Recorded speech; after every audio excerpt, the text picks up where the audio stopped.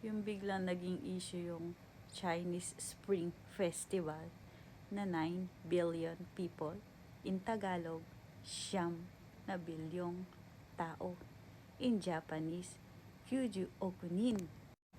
Ang sabi ko nga, ako ay translator lang po ng Japanese language. Tinatagalog ko lang. Kahit ako'y nilalagnat ngayon, naku, i-explain ko sa inyo. Huwag niyo akong sisihin. Ako'y nagbabalita lang. Kung ano ang information sa news dito sa Japan, ay tinatagalog ko lang. Huwag niyong isisi sa akin.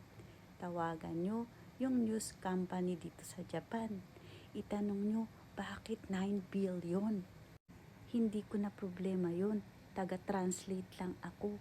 Kung ano yung information, yun lang sinasabi ko, okay?